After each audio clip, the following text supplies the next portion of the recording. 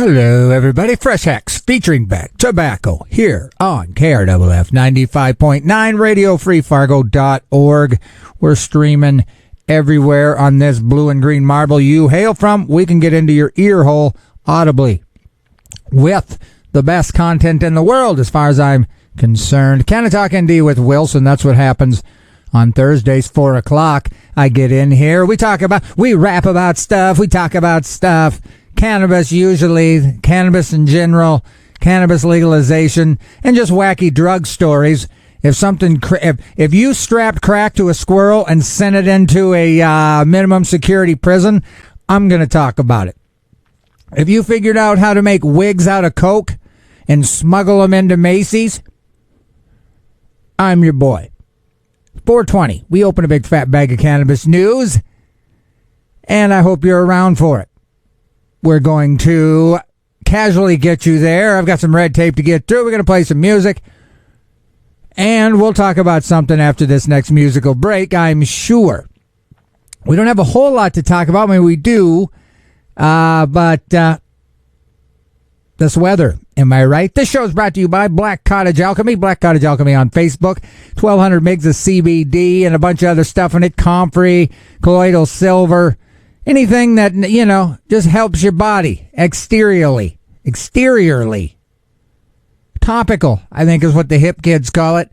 Thank you, Black Cottage Alchemy. Boy, I got to get it together. Black Cottage Alchemy for sponsoring this show. I believe God created cannabis for us to use as we see fit, and I show him props every Sunday at Antioch Church. 10 a.m. we do a recovery class, Life After Recovery. If you got a substance issues, you got anything cramping your style, keeping you from being the better you, being the best you got a monkey on your back, or you've tossed the monkey off your back, but you can still feel him pull it on your pant leg. 10 a.m., 417 Main Avenue, Sundays, Antioch Church, come through. We can't help you, but we know the man upstairs, and he can. Then 11 a.m., it's worship. I'm on stick duty.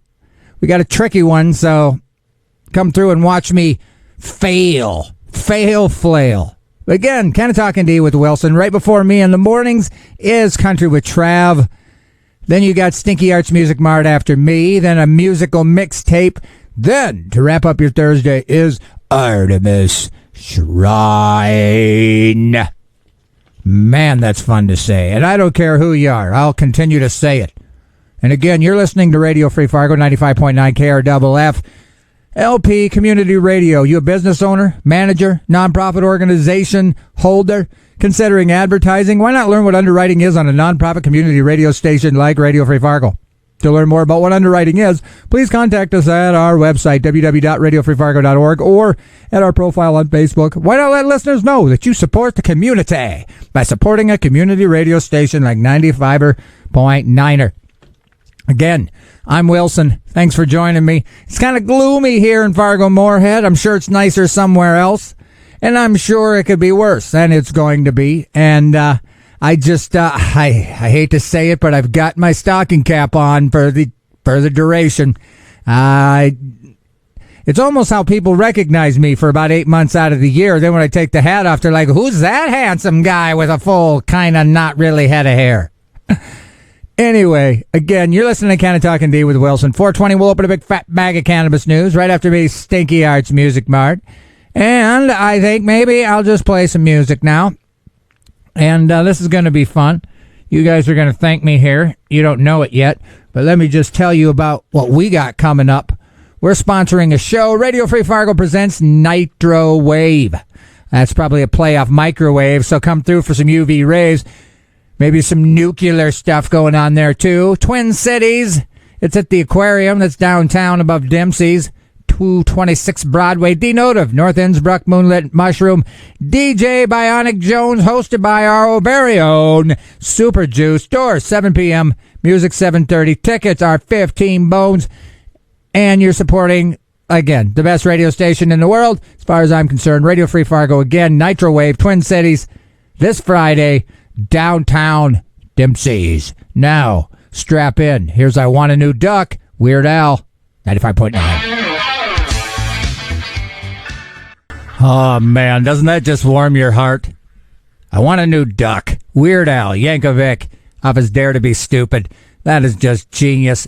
And it just changed my whole disposition. My whole outlook on life has changed, folks. Canna-Talk ND with Wilson. That's what you're tapped into. We talk about the benefits of cannabis news in general. And again, if there's a story about a squirrel wearing a little backpack full of fentanyl smuggled into some, clinic, I'm your boy. I'm going to cover it. 420, we'll open a big fat bag of cannabis news, so stick around for that. We have Stinky Arts Music Mart right after me. Then we have Artemis Shrine. Wraps up this evening. I'm going to read this. Programming on 95.9 Radio Free Fargo. KRFFLP is being underwritten by Drummer's Journey. Drummer's Journey offers percussion instruments, hardware, electronics, accessories, and more. They have full service for drummers, including repair, custom building, and lessons. Drummer's Journey is located at Highway 10 East Mall in Moorhead, Minnesota. Their hours are Monday through Thursday, 11 to 7. Fridays and Saturdays, 11 to 5. Sundays, noon to 5. For more info, check drummersjourney.com. They have a profile on Facebook. Again, 95.9. That's what you're listening to. You're listening to me, the velvetiest voice in the Fargo-Moorhead area. You ain't going to find nary one that sounds as smooth as me in the Red River Valley Basin. I dare you. I dare you. Go out and find somebody that sounds better on the mic than me. I'm waiting. I'll be here, for a few more. Okay, I'm gone, so it's too late. Anyway, let's talk about this, and then it'll get us into the next final musical break before 420. Now, this is exciting here. Let me read the... and I know that, like I said, being able to, provide medicine at the school for your children, especially if it's cannabis, that's been an uphill battle everywhere. And I don't know how many places will allow you to. So let me just read this. This is an Elk River, Minnesota story. An Elk River family who for weeks fought for their daughter to have access to her medical cannabis on school grounds. They saw their persistence pay off over the weekend. So this is exciting. The school district superintendent in an email last Friday notified Sabrina and Tim Matisse that their 9-year-old daughter, Crystal, maybe Crystal, I don't know. I mean, I just used to drink a lot. So when I see a Crystal, it's hard to say Crystal. And then again, I was addicted to crystal meth, so it's hard to say crystal too. So why don't we just say their 9-year-old daughter, that triggering me, will be allowed to get her dose at school after they said officials initially told them she needed to leave school property and take medication before she could return. We are so thrilled for her to be able to go to school full time. It's a huge accomplishment. The district will now work with Matisse on a plan for how and when she will give her daughter, who has epilepsy and autism, her medical cannabis midday, which will save the third grader the stress of leaving school and disrupting her day. Matisse praised the updated policy as a victory, and I do too. So let's give whoever let these guys medicate her kid in school a hand. I haven't done that in a while. They deserve the round of applause. I'd do it again, but I'm busy. Let's see. Matisse praised the updated policy as a victory for her daughter and other children who use medical cannabis. More than 40,000 patients enrolled in the medical program, including 450 children under 18. That's cool. According to state data, autism is one of the most common qualifying conditions for kids. I felt like her advocate. Parents need to advocate for their kids to create change, and I just hope to continue to do that for her and other medical cannabis students in Minnesota. The new state law legalizing rec cannabis this year bans cannabis use and possession on school property, but there's an exception for authorized medical use as long as it's in a non-smokable form, which, again, when we're talking about medicine, like when you say, oh, it's recreational, they want it medical just so them dopers can smoke their grass. I guarantee you this girl's cool with a non-smokable form. Plus, she's a kid. What's she doing smoke? She ain't got no business smoking.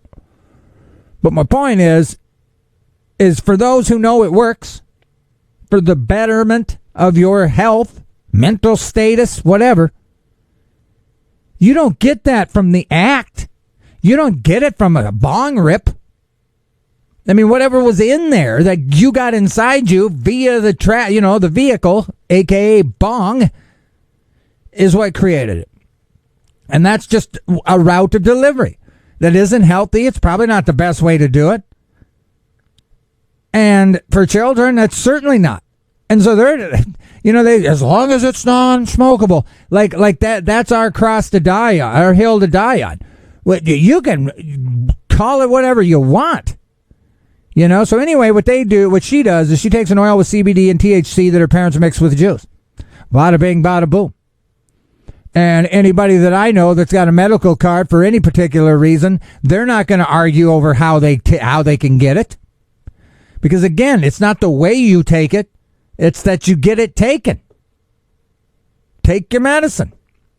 And to assume that we want to roll it up in paper and put a lighter to it, well, you're misinformed, pal. So anyway, after facing pushback from the district, Matisse, he contacted Zach, one of the authors of the new law, for clarity. Eventually, she hired an attorney willing to take the case pro bono if officials did not reconsider. So the new state law this year, so the school district did not respond to a request for comment, but when they first reported this story, the spokesman of the school said it could not comment on a student's medical interactions with our school, citing student data privacy. Oh, they love doing that. So anyway, I'm going to wrap this up here. We're going to do another music break. You're listening to Canna-Talk ND with Wilson. I'm talking about this family in Elk River that finally the courts allowed them for her to access medical cannabis midday at the school. So Crystal's parents are grateful for the change in policy. They acknowledge it'll still be a challenge to carve our time in the day with 2 other young children to come to the school to give her medical cannabis each day. They said it's worth it. She has a new focus now. She's pushing state lawmakers to remove additional barriers. If you're going to allow medical cannabis on school property, we need laws to allow the school to administer for the safety of the students and inconvenience it is for parents. So the Matisse family wants Minnesota to pass a bill similar to Colorado. It requires policies about storage, administration by school personnel who are willing. It does not mandate or punish people who choose not to provide students doses. I mean, get out of here. So they started a petition. You're in Minnesota, get on that petition. And now we're going to play a new song by Black Pumas. More Than a Love Song. 95.9 Pumas. Fly Together. More Than a Love Song. Black Pumas. Chronicles of a Diamond. That's brand new here on 95.9 Radio Free Fargo. It's 4:20 on the nose, I think. So let's cue this up, shall we, folks? Boom. All right. Wow. Wrap up any loose things you gotta tighten up. Go to the freezer. Put some ice in that cylinder. Gurgle, gurgle. We'll see you in a sec. Hey, it's Phil from Canna-Heads. Like this episode? Hit that like button. And if you enjoy the show, hit that subscribe button to stay up to date on cannabis news, local and national. Listen live on 95.9 in the Fargo, North Dakota region from 4 to 5 p.m. on Thursday. For our non-Fargo region friends, you can listen on your favorite podcast platform. Just search Canna-Talk ND with Wilson. Now enjoy the show. Ba-dee-ba-dee-boo. Hello, everybody. Howdy. Heidi ho. It is time. 4:20. We're going to open a big fat bag of cannabis news, and I'm excited to do it. We've got several things to talk about. Stinking Illinois, though, they made more. I think it was their highest grossing month ever for cannabis. Illinois. That's insane. And I just wanted to reiterate that Missouri sells $4 million of cannabis products a day. Isn't that crazy? A day. $4 million of cannabis a day in Missouri. That's $28 million a week. That's wackiness. This is from Cannabis Moment. Air Force granted triple the number of marijuana waivers it expected in first year of recruitment policy change. Now, this is interesting. Because the waivers are interesting to me. I don't know. I think all jobs should employ this policy or none at all.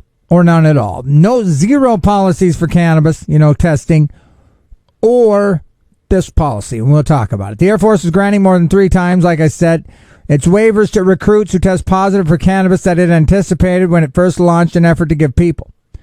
So they thought it would only be like about, 40 some or 50, and it's like 165. So here's the policy change. Last year, they authorized to grant waivers to recruits who test positive for THC metabolites during their initial drug screening, and then they'll give you 90 days, and you can retest, and there you go. And there you have it. That's how I would like to do it.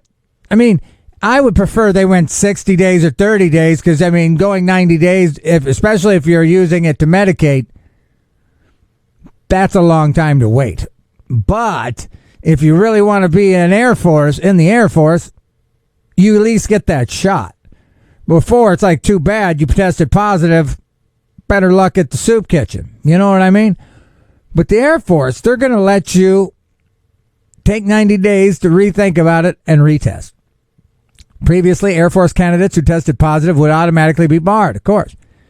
So in the first year since the waivers became available, the branch said it issued 165. That's more than triple the 50 waivers it predicted it would grant annually.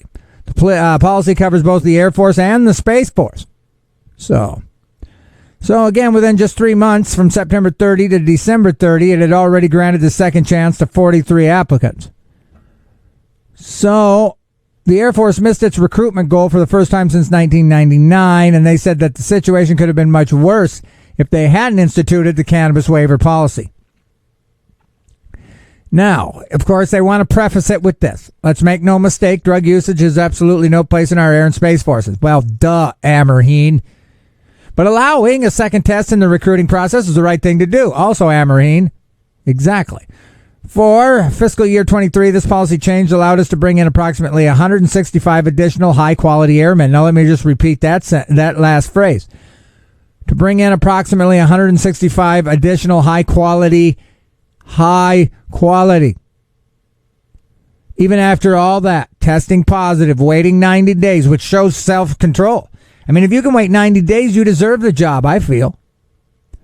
I mean, especially if it's if it's an addictive drug like everybody wants to make you think. Not everybody, because most people knows that ain't the case. But if you wanted to use that as a template, well, if you can wait 90 days, you ain't addicted to nothing, friend.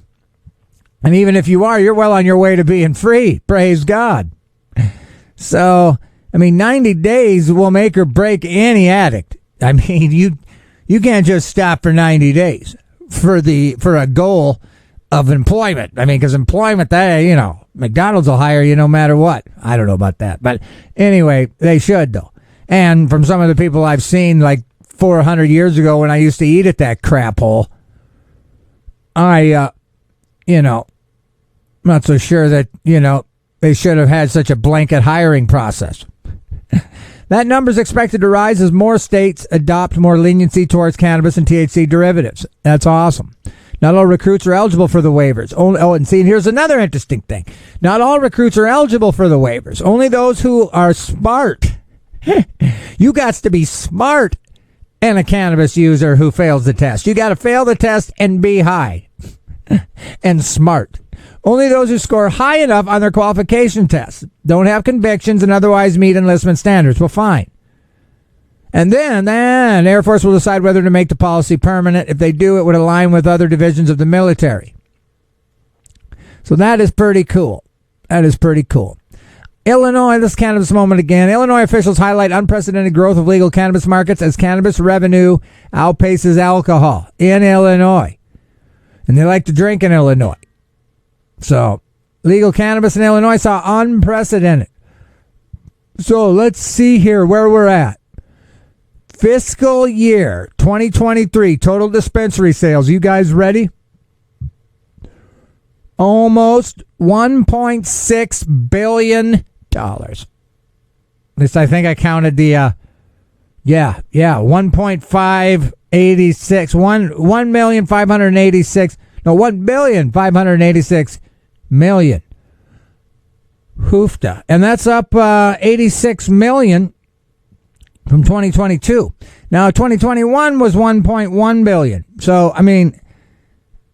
So, as in past years, Illinois made significantly more revenue from cannabis than from alcohol. Well, let's see what the alcohol, let's see here. Alcohol between July 2022 and June 30th brought in 363 million. Cannabis, 451. Wow. That's crazy. So, over the entire fiscal year, 200 conditional licenses were issued. Let's see. All right. Well, thanks for joining me. Again, this is Canna-Talk ND with Wilson. I'm Wilson. Every Thursday I get in here. We're going to talk about this. Ganjapreneur. Minnesota County considering operating cannabis dispensary. And I don't know what you think about that. But does every state have a municipal cannabis dispensary? They should. I mean, because it's almost like they get to double dip. They get to provide a service because cannabis is legal, but instead of just getting taxes, they'll also get the profits. So that's fair play, isn't it? So, officials in Cook County are considering opening a municipally owned cannabis dispensary that would create a new revenue stream for county government. The county already operates a municipal liquor store, and the arrangement would be similar. The county currently runs a liquor store in Grand Marais, and the arrangement for the dispensary would be similar. Oh, so it's up there.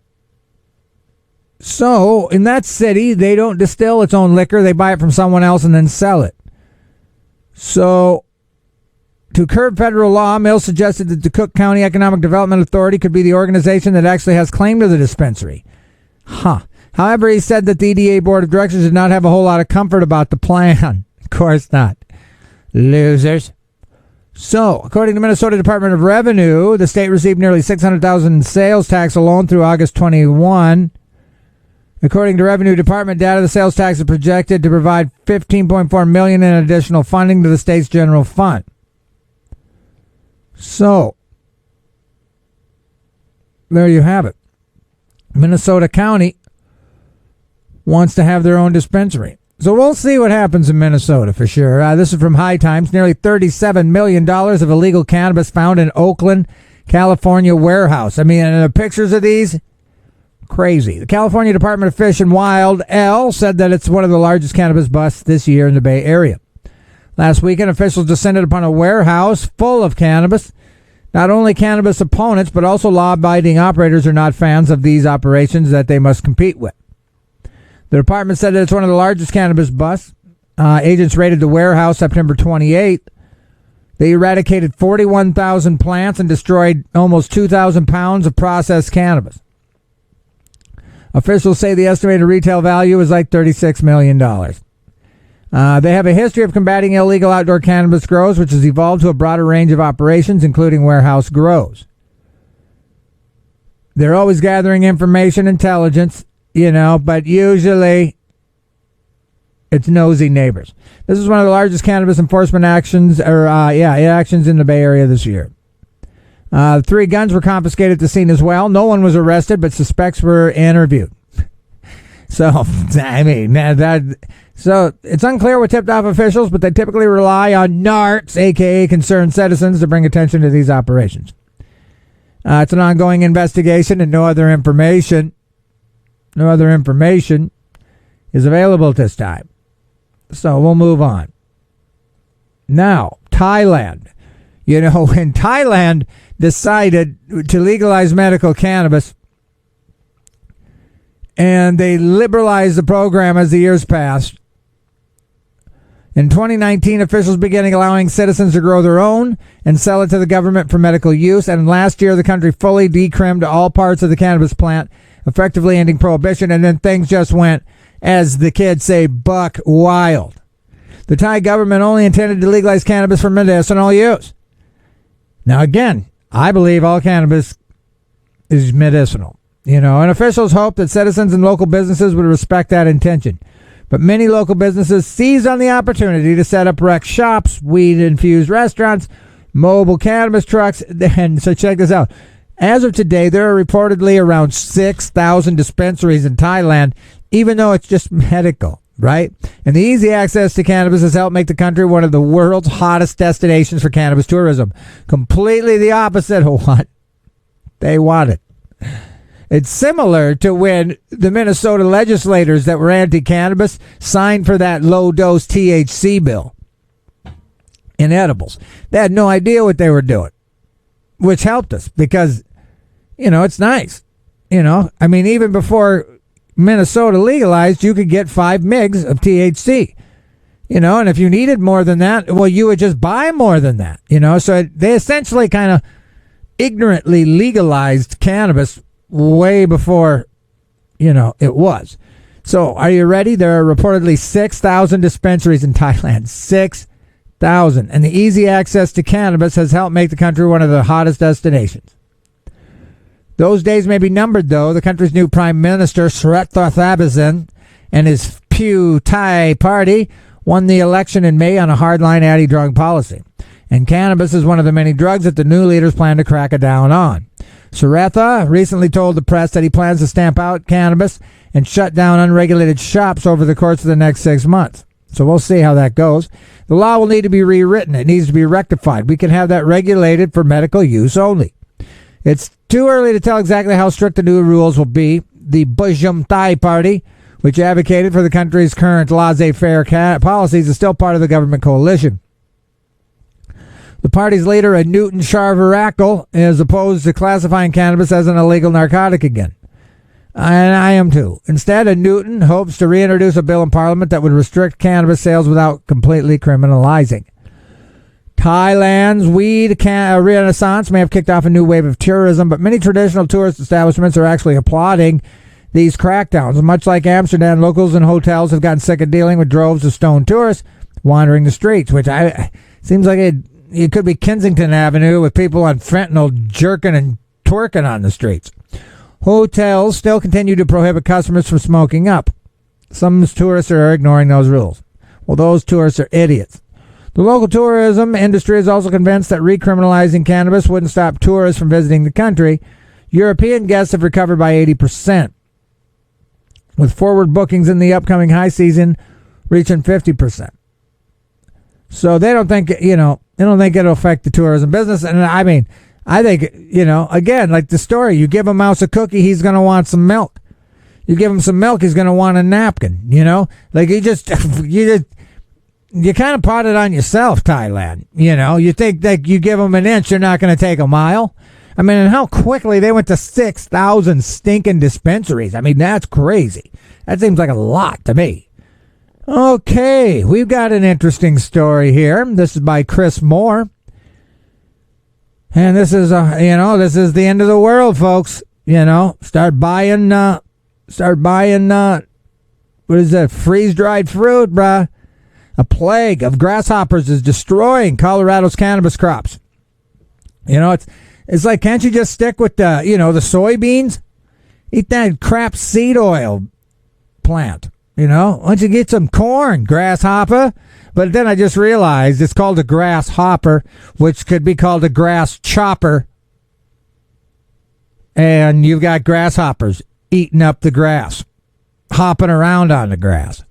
So here we go. Extreme weather has brought a plague of grasshoppers to southern Colorado, and they're hungry for weed. I'm just reading. A plague of hungry grasshoppers has destroyed nearly half of the outdoor cannabis crops in southern Colorado. That's insane. Let me read that again. A plague of hungry grasshoppers has destroyed nearly half of the outdoor cannabis crops in southern Colorado this fall. There are over 100 species of grasshopper in Colorado, and these highly mobile bugs love to chow down on grasses, trees, and on occasion, cannabis. Weed farmers are generally able to keep these pests from causing too much trouble, but this year's above-average rainfall hasn't allowed unprecedented number of grasshoppers to breed. And now that the swarm has devoured most of the standard regular stuff, they've turned their attention to the fibrous stems of cannabis plants. Nathaniel Eaton, he's a farmer. He says grasshoppers are eating full branches. He said, we've lost about 15 pounds, but their entire farm's being cleaned out. Humble Farms, a 3-tiered cultivation facility, is one of those farms. In less than a week, hungry grasshoppers managed to ruin the farm's entire outdoor cannabis crop. Fortunately, the farm grows most of its plants in an indoor greenhouse with electronic lighting, so the company will still have grass to sell this year. But its traditional annual harvest of outdoor bud is completely gone. Now check this out. He says they eat at the base of the plant. We put 1,000 plants in the ground, 1,000, and within a few days there were 3 left.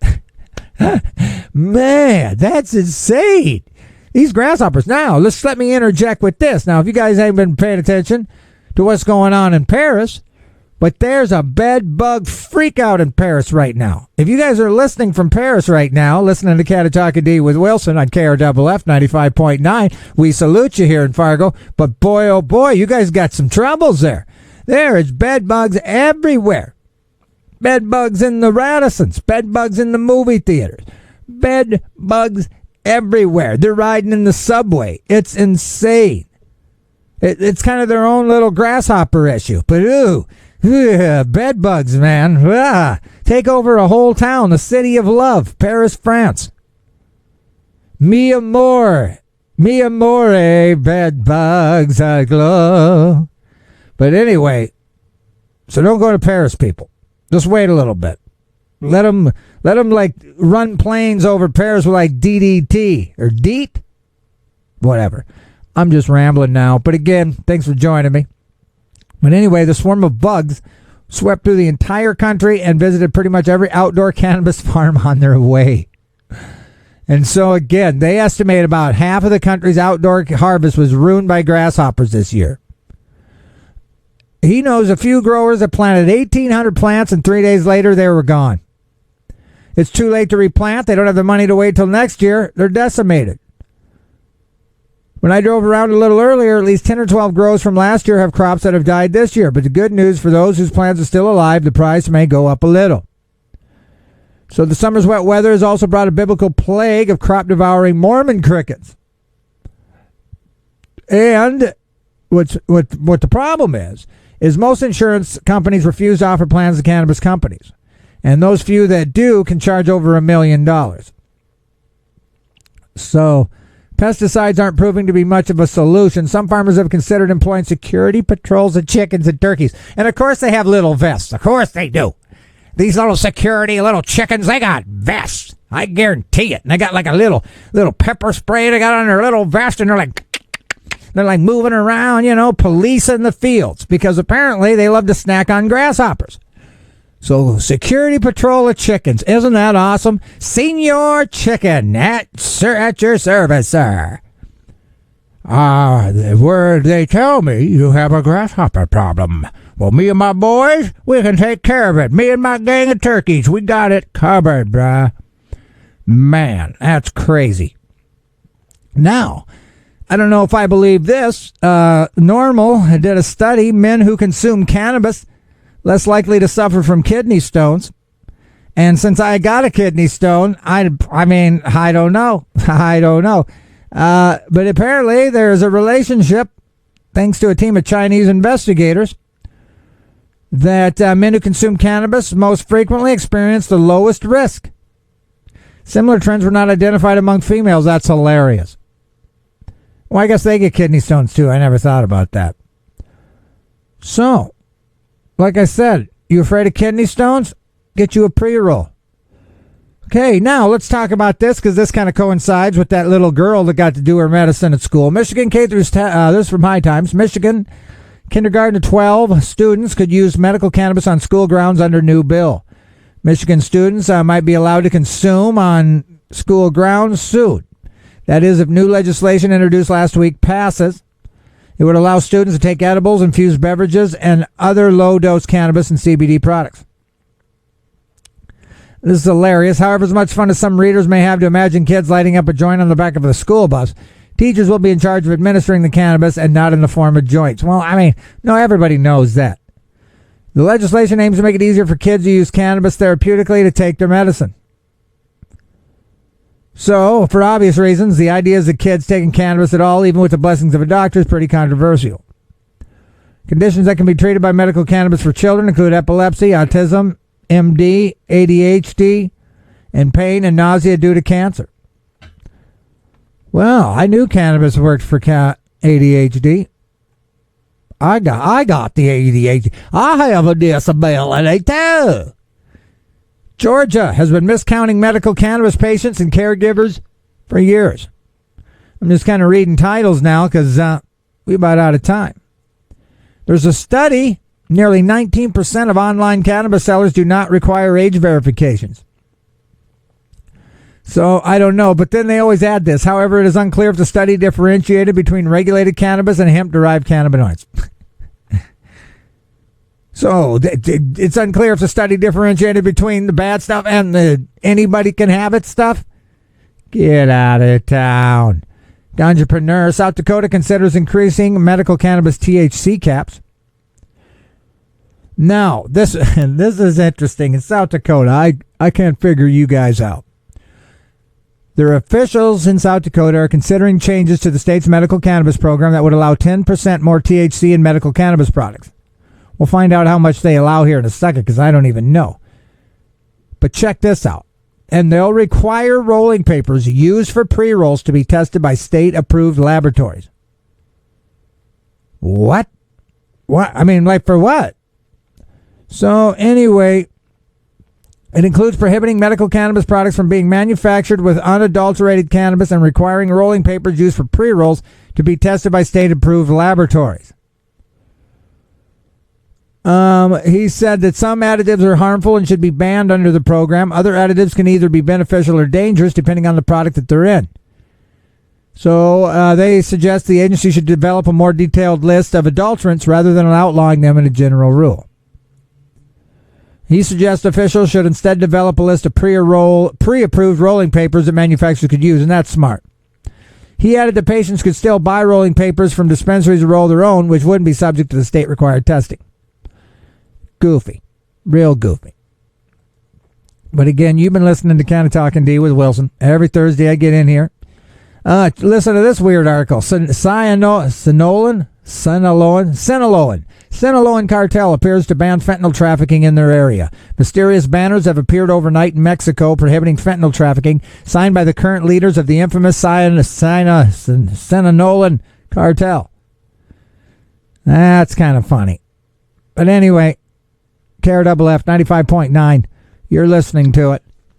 Thank you for joining me. Programming on KRFF LP-FM, Radio Free Fargo 95.9 FM is being underwritten by Flatland Guitar in Lutherie. Flatland Guitar is your full-service guitar shop and your exclusive dealer for Yamaha, Taylor, Paul Reed Smith guitars, and other brands. They sell guitars on consignment, they take trade-ins, and have a full-service on-site repair center. Check out Flatland Guitar in Lutherie on Facebook or visit them in person at 1450 25th Street South in Fargo. Their hours are Monday through Friday, 10 to 6, Saturdays 10 to 5, closed on Sundays. Well, that's how you do it. I'm going to play you a little song right now, and then I'll tuck you guys in and get out of here. Here's I'd Rather Be Blind, Crippled and Crazy, 95.9. Derek Trucks, I'd Rather Be Blind, Crippled and Crazy, here on 95.9, RadioFreeFargo.org. We're streaming everywhere on this blue and green marble you at. We can get into your ear hole, and we love to do that here. Canna-Talk ND with Wilson, wrapping up. Up next, Stinky Arts Music Mart, mixtape, then Artemis Shrine. This show is brought to you by Black Cottage Alchemy. Black Cottage Alchemy on Facebook. 1,200 megs of CBD, locally grown hemp, stuck in a tub of fun goo to rub all over your body that you need it. Put it there. It'll help. Thank you, Black Cottage Alchemy, for sponsoring this show. I believe God created cannabis for us to use as we see fit, and I show him props every Sunday, Antioch Church, 417 Main Avenue, 10 a.m., Life After Recovery class, then 11 a.m. worship. Come on through. I got stick duty. Watch me flail. Again, educate yourselves on the benefits of cannabis so you can educate others on the benefits of cannabis. I'll be back in here next Thursday, I'm sure. You know, unless, a tsunami runs through my apartment and, I'm not here. But if I'm here, I'll be in here Thursday, 4 o'clock. Canna-Talk ND, 420, open a big fat bag of cannabis news. I hope I didn't bore you too much today.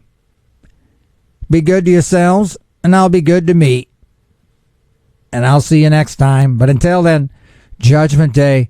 Wait a minute. David Allen, Judgment Day. Peace.